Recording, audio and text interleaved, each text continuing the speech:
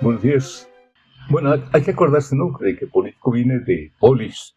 Es una palabra que inventaron allá en los tiempos de la polis, siglo V antes de Cristo. Y polis, pues, es una modalidad de organización política y social en Grecia. Y ahí están considerando precisamente que toda la sociedad está participando en el quehacer público, y que todo lo que se hace allí es para beneficio de todos. Podemos encontrar allí, si le rascamos un poco, una distorsión, ¿no? Porque en ese tiempo no todos estaban involucrados, pero era una presunción. Los hombres libres de Grecia, los esclavos, pues no contaban, porque ni siquiera eran ciudadanos griegos, eran bárbaros, ¿no? Los que eran atrapados y sometidos a esclavitud y venían de fuera, por lo que era griego propiamente dicho.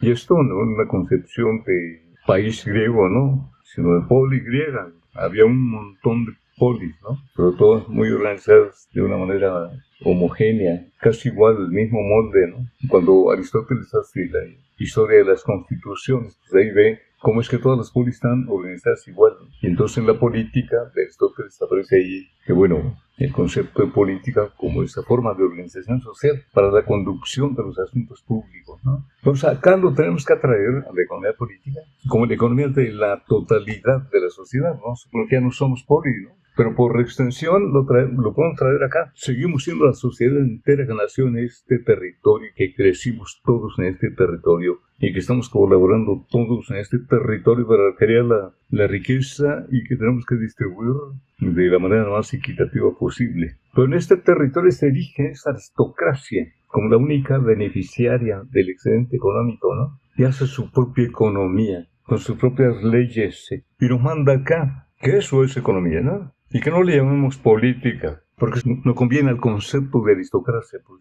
¿Por qué? Porque los demás somos insumos simplemente para la producción que está a cargo de ellos. Y esto lo tenemos que saber para ver por qué le llamamos economía política, ¿no?